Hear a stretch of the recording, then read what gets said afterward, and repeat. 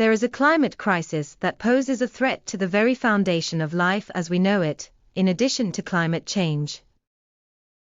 Both are linked to sporadic, once-in-a-century, disasters, and are increasingly perceived as permanent emergencies with grave consequences.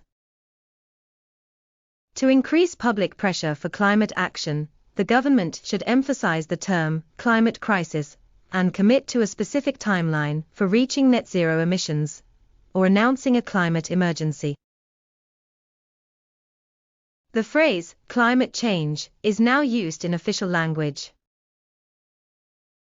This non-binding declaration emphasizes the unprecedented damage caused by domestic and international natural disasters that are exacerbated and provides lawmakers of all political stripes with a clear roadmap.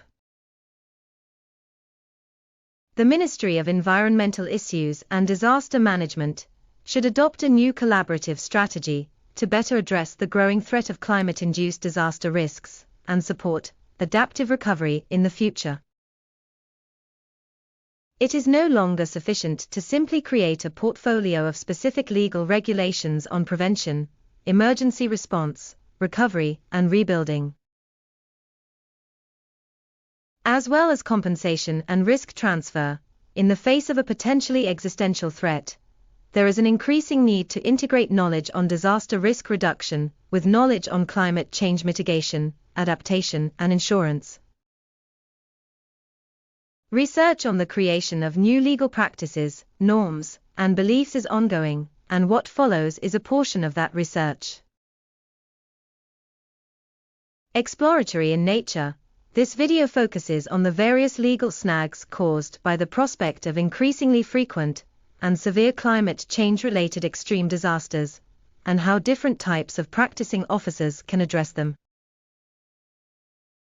International statements have stressed the importance of maintaining and strengthening the rule of law and supporting responsible, enlightened governance in an era marked by the climate crisis and the legal rights and interests of all parties.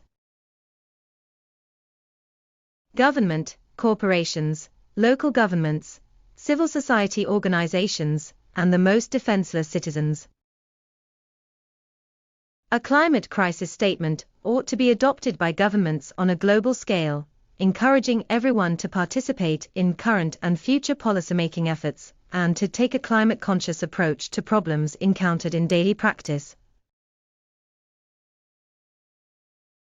This idea makes sense considering the abrupt change.